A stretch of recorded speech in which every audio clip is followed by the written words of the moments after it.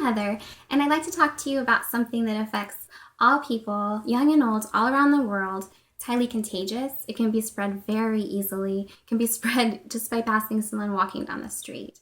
Now, this is something that has affected me in my life personally, and I just really feel compelled to share a little bit of information about it with you. What I'm talking about is the smile. So we all know what a smile is, but there's a little more to the smile than what meets the eye. Smiles not only increase our levels of happiness, but also our levels of health, and they positively impact the way that others perceive us.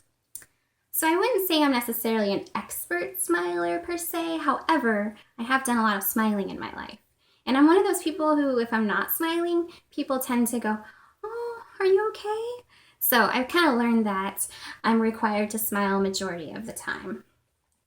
There are three types of smiles. You have your first smile, which is your suppressed smile. Now this is your kind of sad, weak, pathetic smile.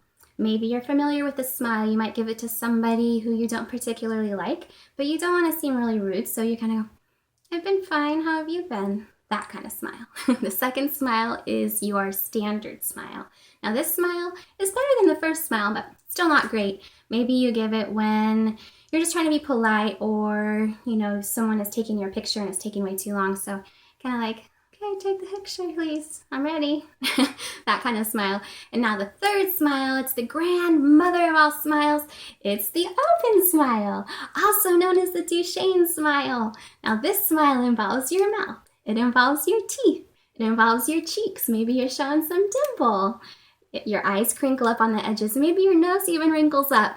This is a big smile. This is the smile I get when I watch monkey videos on YouTube, particularly baby monkey videos. So those are your three kinds of smiles. When do we start smiling?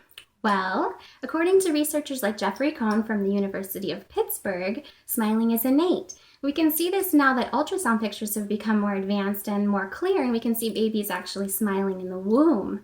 When babies are born, by the time they're only 10 months old, Cohn found that they know to reserve their big Duchenne smiles just for the intimate, close family members or people like mom and dad, while they start to give strangers and other people more of the middle smile, of the standard smile.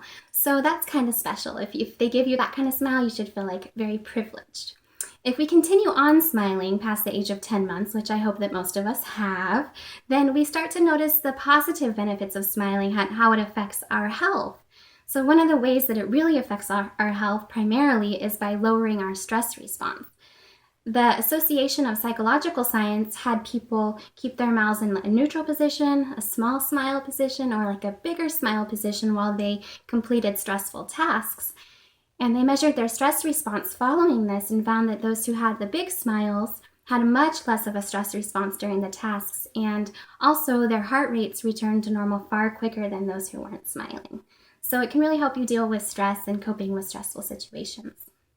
Not only can it help you stress less, but it can help you live longer by smiling. The Journal of Psychological Science had photos of baseball players from the 50s, and they did a longitudinal study which showed them when they were older, they only had 50% less of a chance of dying than those who weren't smiling in their pictures. The ones who had big smiles had a much lower mortality rate than those who weren't smiling. So it can help you stress less, live longer, and also it can add to your relational and personal levels of happiness. The study at Berkeley found that they took women's photos from a yearbook and found that those who had big smiles at age 21 reported having much higher levels of marital happiness and general happiness when they were in their 50s than those who weren't smiling in their photos. So it can make you stress less, live longer, and make you happier. So if you don't want to get divorced and you don't want to die, then you should smile. It's not only good for your health, but it's also really good for how others view you. So if you go to the grocery store and you see two checkers, one's smiling and one's not, you're most likely, without even thinking about it, going to go to the one who's smiling. Now this is because we tend to associate a smile with someone being more friendly, more outgoing, more cooperative, more altruistic.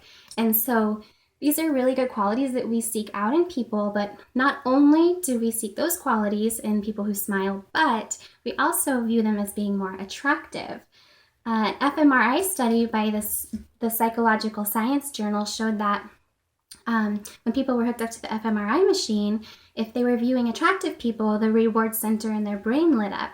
But if they were viewing people who were smiling, the reward center lit up even more than viewing the attractive people. So if you want to look better, smile. It's very simple. You have a smile with you all the time. Scientists also found that smiles give the reward center as much of a reaction as if you were eating 2,000 chocolate bars or if you received $25,000 in cash. The reaction was the same as that. So that's pretty big. And we don't even need to see a smile in order to recognize that one is there. Think of a telemarketer. You answer the phone, someone calls, you call to pay a bill, and you can tell right off the bat, like, this person's nice or not having a good day, or it sets the tone for the entire conversation. And employers recognize this when they instruct their employees to smile while talking on the phone, because that really translates, and people perceive that as being more friendly, even in the voice. There was a study by Amy Drahota from the University of Portsmouth, and she asked people questions. It's kind of a fun study. She asked them 10 questions, and she told them they had to respond, "I do in the summer," to every question. So the questions started like, "Do you eat oatmeal?" They respond, "I do in the summer." Then they ask the last question, "Do you go skinny dipping?" And the person has to say, "I do in the summer." It's kind of embarrassing.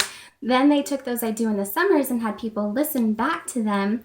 And people were able to tell who was smiling, who wasn't smiling, and even the level of intensity of the smile. So as you can see, you can really hear a smile in your voice. It's kind of hard to not sound nice or happy when you're smiling. And so it's something to remember when communicating. Also, people who smile have more confidence, and they're usually more successful in their careers. This is not necessarily a career, but I did do some waitressing, and I've also dealt cards at a casino and for years, and I can really attest to the fact that if you work in a tip situation, if you smile, you're going to make a lot more tips than someone who doesn't smile, and that's just the way it is. And so you should really smile and just try to be as friendly as you can if you're trying to maybe make some more money.